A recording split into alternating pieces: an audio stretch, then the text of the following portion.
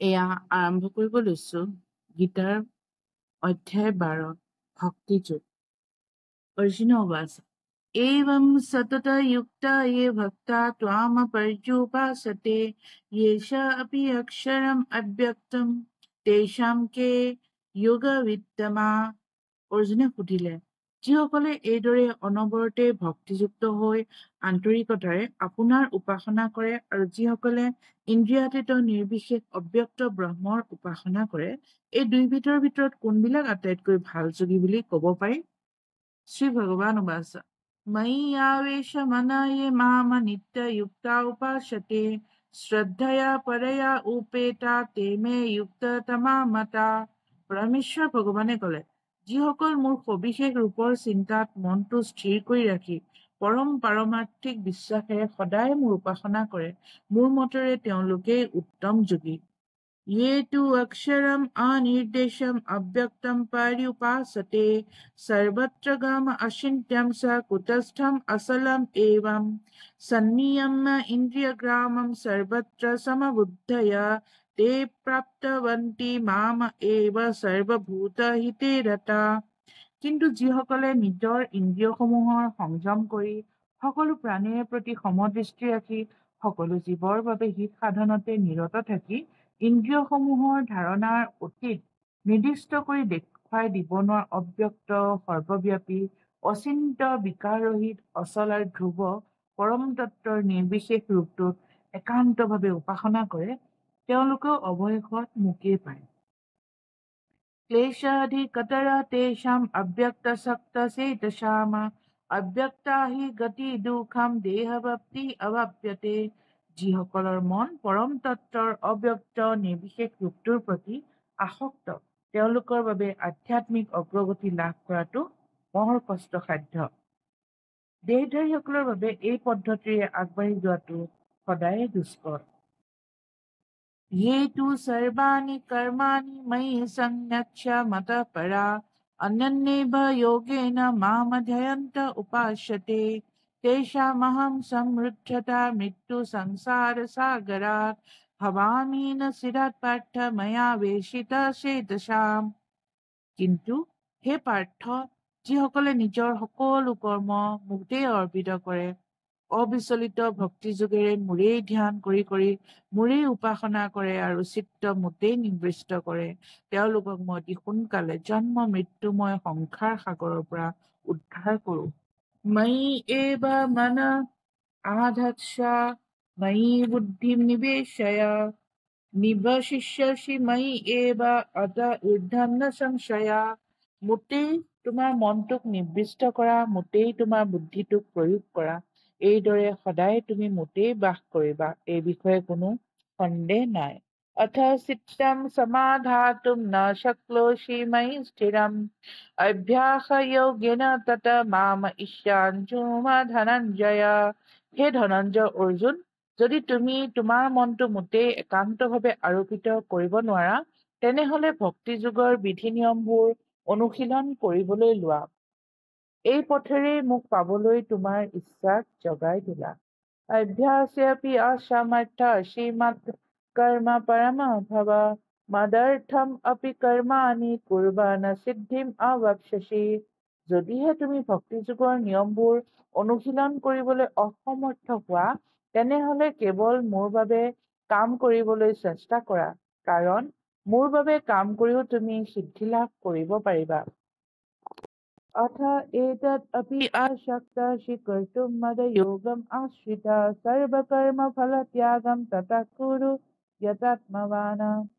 যদিহে মোৰ প্ৰতি ভক্তিভাৱ লৈ তুমি এইখিনিও কৰিবলৈ সমৰ্থ নোহোৱা, তেনেহলে তুমি নিজে কৰা সকলো কৰ্মৰ ফল ত্যাগ কৰা আৰু সংযত চিত্ত হবলৈ চেষ্টা কৰা।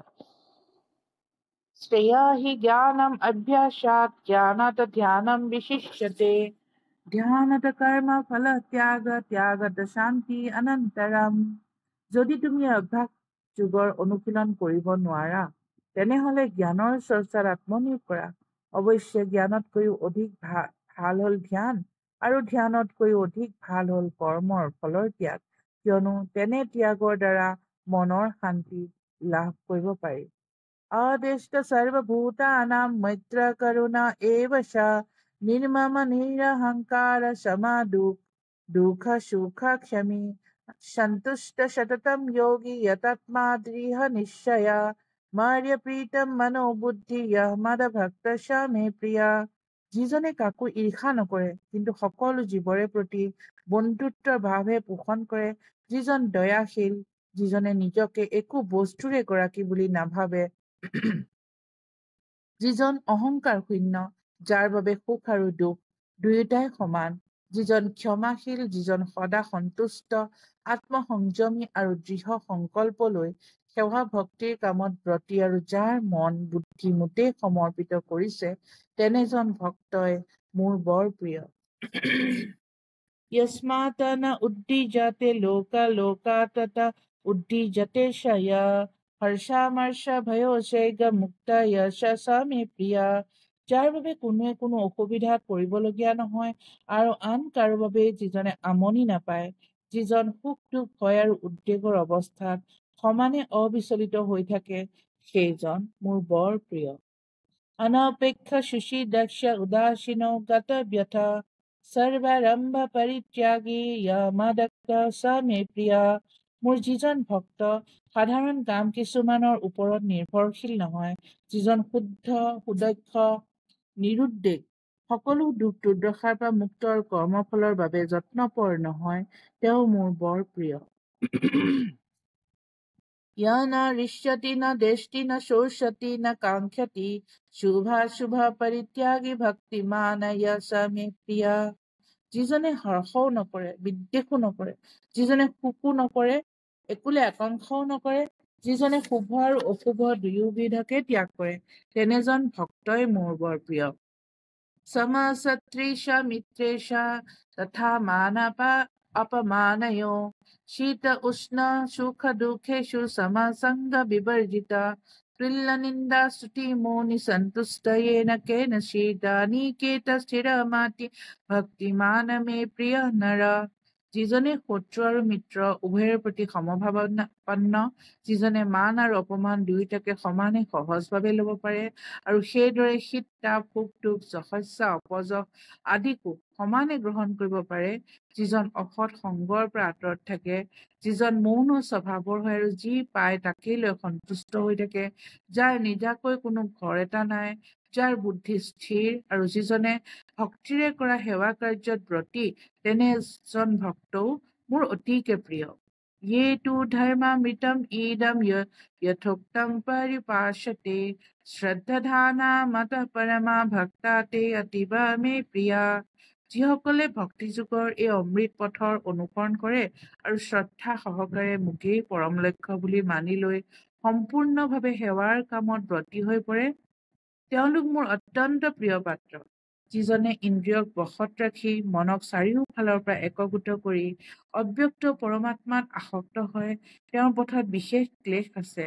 যেতিয়ালৈকে দেহ অভিমান থাকিব, তেতিয়ালৈকে অব্যক্ত স্বৰূপৰ প্ৰাপ্তি দুখপূৰ্ণ, কিয়নো চিত্তৰ নিৰোধ আৰু বিলয় কালতহে অব্যক্ত স্বৰূপৰ প্ৰাপ্তি হয়।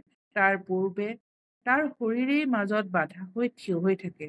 সেয়েহে হে অৰ্জুন, তুমি সম্পূৰ্ণ কৰ্মক মোতেই অৰ্পণ কৰা, অনন্য ভক্তিৰে মোৰ চিন্তন কৰা।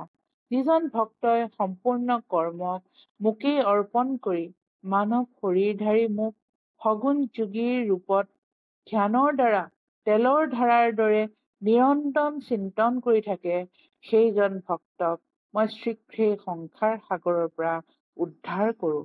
সেয়ে ভক্তি মাৰ্গ শ্ৰেষ্ঠ। অৰ্জুন, মুঠ মন লগোৱা, মন নালাগিলেও লগাবৰ অভ্যাস কৰা, চিত্ত জ্বলি যায় তাক টানি আনি নিয়ন্ত্ৰণ কৰা।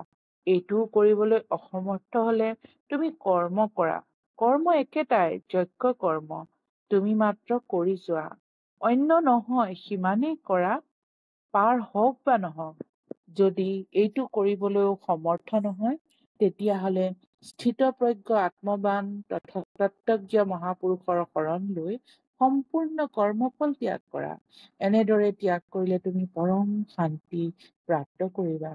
তাৰ পাছত পৰম শান্তি প্ৰাপ্ত হোৱা ভক্ত ভক্তৰ লক্ষণ যোগেশ্বৰ শ্ৰীকৃষ্ণই কয়, যি সম্পূৰ্ণ ভূত প্ৰাণীত দ্বেষভাৱ নাৰাখে, যি কৰুণাৰে যুক্ত আৰু দয়ালু, মমতা আৰু অহংকাৰ ৰহিত, সেই ভক্ত মোৰ প্ৰিয়। যি ধ্যান যুগত নিৰন্তৰ তৎপৰ আৰু আত্মবান, আত্মস্থিত, সেই ভক্ত মোৰ প্ৰিয়। যিয়ে কাকো উদ্বেগিত নকৰে আৰু স্বয়ং যিজন নিজেও উদ্বেগহীন, এনে ভক্ত মোৰ প্ৰিয়। যি শুদ্ধ, দক্ষ, দুৰ্ভাৱহীন, সকলো কৰ্ম আৰম্ভ ত্যাগ কৰি যিজন পাৰ হৈছে, এনে ভক্ত মোৰ প্ৰিয়।